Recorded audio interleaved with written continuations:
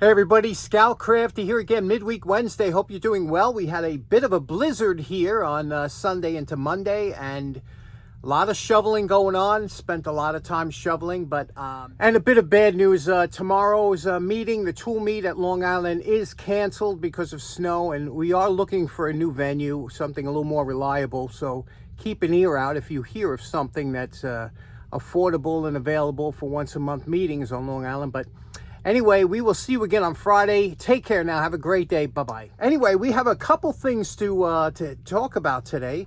And I want to get started with that right away. So let's get started. Okay, first up, do you remember the other day we did, I was talking about this flashlight that Brian sent over, and I said it was unusual because I said, look at the battery adapter that it has in here that holds 3 AA batteries. And what a few gentlemen from the comments pointed out is that this is actually a square battery that goes in here.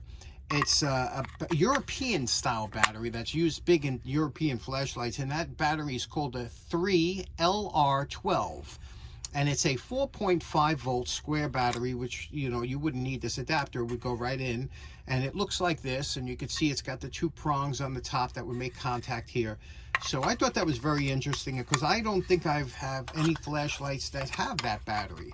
Does anybody here in the States have a flashlight that uses a 3LR12 battery? Very interesting.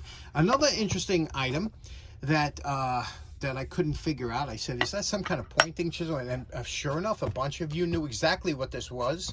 A lot of you used it. This especially, somebody even knew the model number. You can see over here it says MCT3, and that's Mac Tools. And this is a cold chisel, and it's a chisel that's meant to take apart or deal with exhaust systems. You know, when you have 2 pipes that are over each other, and or a muffler, and you have to get it off a pipe. Well, this you would angle on here, you would hit, and this curvature here would peel back a piece of metal and usually create a slot into the pipe that you're trying to get off that would allow you to separate the 2 pipes. Anybody that's ever done an exhaust system on their back in their backyard knows what a pain in the neck that job can be, huh? So you can really tell, you can really appreciate if you go to a good muffler shop and you see the guys that they can knock it out in a matter of an hour, what would take you at least half a day, right? It's amazing. So thanks very much for letting me know what that tool was for. Next up, we got a little show and tell for you, and this here is a 100th anniversary Edison lamp replica. And as you know, I'm a big fan and collector of light bulbs, and this one here was very interesting because this came out in 1979. This is already an antique. It's so funny how things that were, you know, 1979 wasn't that long ago, but meanwhile, it's already an antique. And this here is a replica of the 1879 bulb that Edison produced. It was one of the first commercially available bulbs that was used. And during that time, remember, bulb lives were very short, and they were having trouble. He originally was using bamboo filaments. Imagine bamboo filaments. And then he went to carbonized thread, and you can look, you could barely see the filament in there. And again, this is a replica, but this is exactly how these bulbs came in 1879. The next year, I believe in 1880, they came out with the screw-in type bulb. So the bulbs basically came in a base like this, and you would rent them from Edison. And it's funny because you could see the 2 connectors here. You would rent them, and you would plug them in. You see, you put the wire in and screw it down. And this ran off of 110 DC volts, 110 direct current volts. Basically, you can use AC too, which we're going to use. I'm going to fire this up. But very interesting, and they didn't put out the kind of light you think that they, you know, today you think of a light bulb as being so bright. But back then, remember, we were just getting over candles and gas lamps were big, you know. So this was a big thing that you could have light whenever you wanted. You didn't have to worry about fire or anything. So let's plug this in and see what it looks like. Okay, now I want you to look at the middle of that bulb, and I'm going to have it on the variac because we're going to bring up the power slowly, but I'm going to bring up the voltage, and you could see here as it starts down. These, again, even though this is a replica, they use the same type of, those were like a carbonized filament in there, and you could see how thin that filament is. And I'm going to bring it up here slowly, up to somewhat to power, and you could see here what it looks like and how that is so kind of a dimly lit bulb. And I don't have it up here to 110. I bring it up to, let's see what we're at now. Bring it up here. There we go. We're starting to get some brightness. I'm going to shut the lights off here so you get a better look, but there we go. You see what that looked like? Had that little weird filament, and that's just like the bamboo ones would look like that too. They were very fragile too, these bulbs. We take a lot for granted, don't we?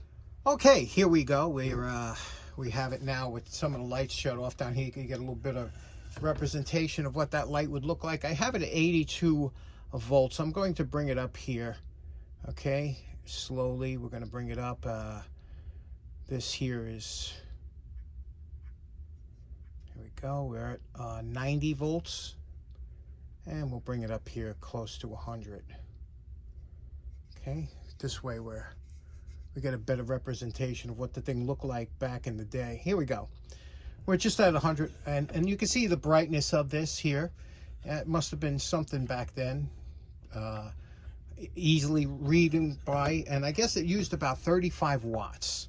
But there we go. You would rent this from Edison back in the day, and that's how you would get these bulbs before they came out with AC. Interesting, right?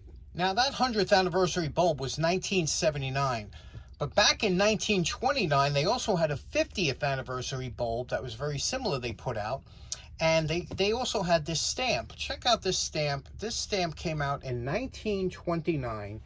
It was a 2-cent stamp, which is what it cost to mail an envelope across the United States back in 1929. It's amazing. Now it's 78 cents, I believe, for a first-class envelope, but you could see this stamp here was the Edison Jubilee, and a 2-cent stamp. Very interesting, huh? Look at the beautiful graphics on that stamp. It was a big deal. Okay, next up, I just went upstairs looking for something to do today for the video, and I came across these very, very rare and unusual pliers. I've never seen anything like them before, and I thought maybe you might enjoy. You always like seeing some rare pliers or unusual pliers. Let me show you what makes these so unusual. Now, take a close look at them. First of all, it's got a little scale here, a measuring scale. It's got some kind of crimping tools here, and it looks almost like a jewelry plier, but here's what makes this unusual. If you notice, the two sides here, one is flat and one is rounded. It's meant for like bending things, you see? Now, I don't know, because I wouldn't swear, that this isn't custom made by somebody, or if it came this way from the factory, but I've never seen anything like it. Now, I've seen jewelry pliers, and we've done them on the channel before, you know, pliers like this Kreuter, you know, you see these 1611. These are meant for bending wire around or making round fixtures in the ends of wire or jewelry. Look at the nice embellishments on here. We did this a while ago. But here, this one here, very unusual, and you can see the name on here. It says TrueCraft Tool Company in Japan. And the only other marking I see on this side, it says NTK, I believe, right? So first of all, let's give it a wire brush evaluation and see where we'll go from there. It was blued, and there's some rust on it. Bluing tends to lead to rust a lot of times. So let's give it a wire brush evaluation. Here's our post wire brush evaluation. You could see here, no surprises. We have the scale there. The company was NTK out of Japan. This is indeed, I did a little research, this is manufactured this way. This was not a custom job, so this is the way this came. Now, what kind of pliers is it? I don't know. It kind of, a few things throw me off here. See these little holes here? That is meant for, I think, like a little ferrule, isn't it? Or like a crimp of some type. where the wire would, or whatever would go. So is this electronic pliers? Fishing pliers?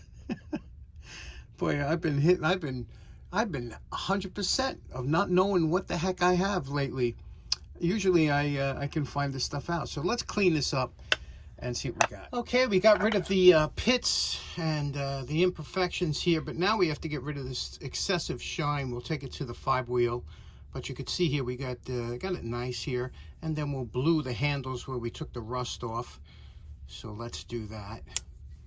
Okay, we're calling this project down. What do you think these pliers are used for? Do you think they have an electronics use? It's got a little bit of a scale here. Would make no use in fishing. What kind of fish are that small? And again, these crimps there, what do you think this is for? Let me know in the comments. But there we go, we re-blued the handles, and this one's in a can. Very unusual. You don't see these too often, right? Okay, next up, if you remember last week, Rob Sedegren sent over a couple homemade screwdrivers that we did, and a few of you asked about the knurling on the handle, because this was really kind of buggered up, and they said, how did you get the knurling back, especially on aluminum? Because aluminum on the wire wheel can really be an issue.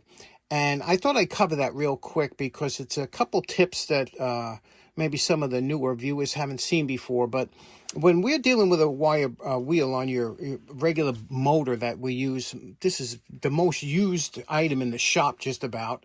And what we do is, first of all, there are a few different wire wheels that you can get. There's the stiff one with the red, usually has a red band around here. And the stiff ones are good for a lot of things, and they wear like iron. I mean, I've had that for years. Okay, but for certain things, you know, you want a wire wheel that has a little bit more flex to it, and that's where these come in. You can see that this is a much more flexible wire in that wheel than this, and it doesn't wear as long, but it gives you a better finish, especially on softer items, and it gets into more areas that one can't get into. I get these from Amazon. They run about $7.50 each. They come in 2 packs, and they're brass colored. Do not assume that they're brass. They are steel, but they're brass coated. I don't know why they do it, but whatever it is, it does. They work well. Now, I'm going to show you the technique that you have to use, and why you got to be very careful when using aluminum on any kind of knurling. Now, when you're dealing with the wire wheel, it might seem straightforward, and a lot of you have guards on there, so you're kind of limited. You know, look, I'm for the safety sallies, put your fingers in your ears, because this is going to be a little tough for you to hear, but I like to remove the guards when I'm on my buffing machines, when I'm using it for the wire wheel. And for the simple reason that I attack it at many different angles of the wheel. And if you got that guard on, it only gives you a 20% window to that wheel. Is it safer to have a guard? Absolutely. I always wear appropriate safety gear when I'm working with the wire wheel, so I don't usually, and I never stand right in front of it. I stand off to one side. That being said, and of course, eye protection is the most important thing, but it's just, that's the way it is. So when you're going to deal with this, if you're going to go straight on like this, it gives you one angle. But if you work on this side of the brush, on the edge of the brush here, you'll notice there's a lot of flex that this wires will give you. When you come in this way, you don't have very little flex. You're going straight on. The wire is stiff. But when you come along the side over here, it gives you a much better finish. So when you're dealing with knurling, knurling is nothing more than a crisscross pattern in the metal that raises up the metal. Looks like this. And the important thing is, when you're taking knurling to the wire brush, is you want the wires to go in between the creases of the knurl. You see? Like this and like this. So you don't attack, you don't take your knurl and go straight in with the wire brush, because it's not going to get, it's going to do a rotten job. Tilt it. Okay, so you tilt it this way. You see how those lines are lining up now? And then you could go like that. You can get in like that and just work your way side to side, and then tilt it the other way, get them lined up, and do the same thing.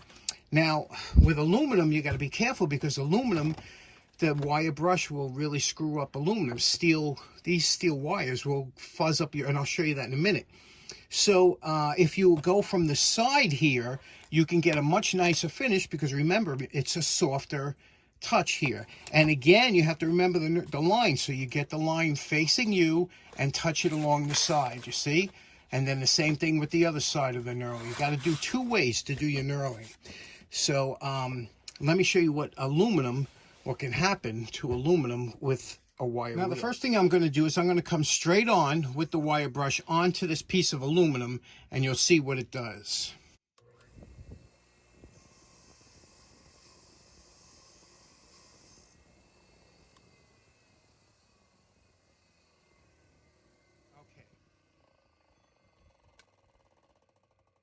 There we go. Now I want you to notice here. Notice that what that aluminum, what happened to it. You see it's kind of fuzzy. You see that finish that's on there? And I just touched it lightly. If I touched it harder, that would make it even worse. And I will. I'll touch it harder. Okay, there we go. Do you see I touched it a little bit hard? You see what that did? You see all those little pits it put in there? That's how you can destroy a piece of aluminum on the wire wheel. But let me show you how by touching the side, we can avoid that. Now, I'll take this side here and I'll touch the side of the brush here, and it'll give us a better shine to it. Watch what happens.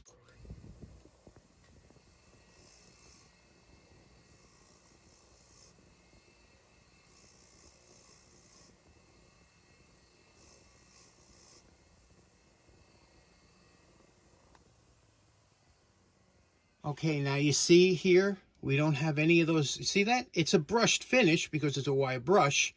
But you see there, compared to this, you can see what that did, the damage that was done with the edges of that steel. And now over here, by using the edge, you see, so that's what you do. You use the edge of the wheel, come in like this, and slightly, when you have certain metals, you got to see, you got to keep looking at it. Always keep looking at your work and see what's happening, because you can stop it before you have a big problem. But if you go in head on, you're going to have a big problem because you're going to make all those little divots into your aluminum. Now you might be thinking, did I ruin this piece of aluminum? No, you can always, anything you do, you can always, it might look deep, but it's not. You could sand this down real quick and give it a polish. There we go.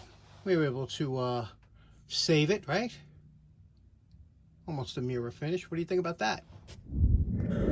Okay, so in closing, kind of a short one today, but we're still digging out. We got a lot of digging out to do. And also, I want to give a special thanks to my good buddy, Dean Collins, from the heart of Route 66 Automobile Museum in Oklahoma. A great museum. A couple of our subscribers have gone there and said it's wonderful. That's on my bucket list to see that museum. And Dean always takes care of my cats and spoils them. And he sent over a bunch of Temptations, you know, the treats that they eat. And I got to tell you, it came in real handy because of me being stuck in here for so long. They've been really enjoying that. So special thanks to Dean for that. And a bit of bad news. Tomorrow's meeting, the tool meet at Long Island, is canceled because of snow. And we are looking for a new venue, something a little more reliable. So keep an ear out if you hear of something that's affordable and available for once-a-month meetings on Long Island. But anyway, we will see you again on Friday. Take care now. Have a great day. Bye-bye.